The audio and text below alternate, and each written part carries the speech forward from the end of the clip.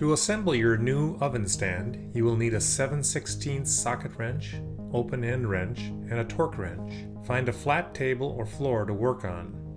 Open and unpack the box. You should have 12 stand members, a hardware kit, and 32 nuts and bolts and 64 flat washers, a set of reference drawings, and an install kit to mount the oven to the stand. We will assemble the stand upside down. The reference drawings show all models, so you will need to identify your model. Take extra care to make sure the holes in the top channel match the orientation to the front. Some stands are reversible and it doesn't matter. Lay out the members before bolting together and verify the holes match the drawing.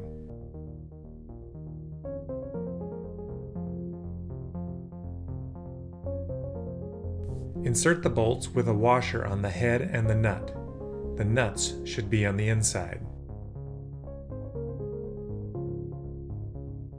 Loosely tighten the nuts.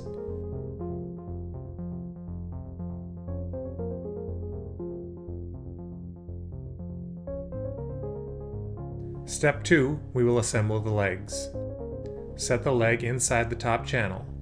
Insert bolts with washers on the head and the nut and loosely tighten them.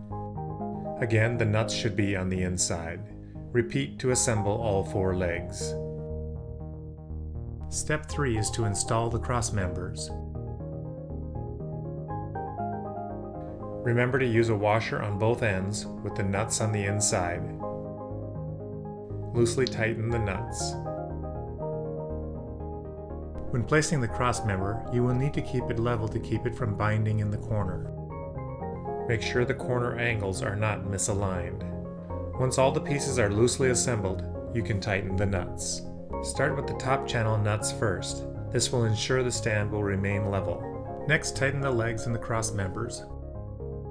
Use a torque wrench to tighten all nuts to 75 to 100 inch-pounds.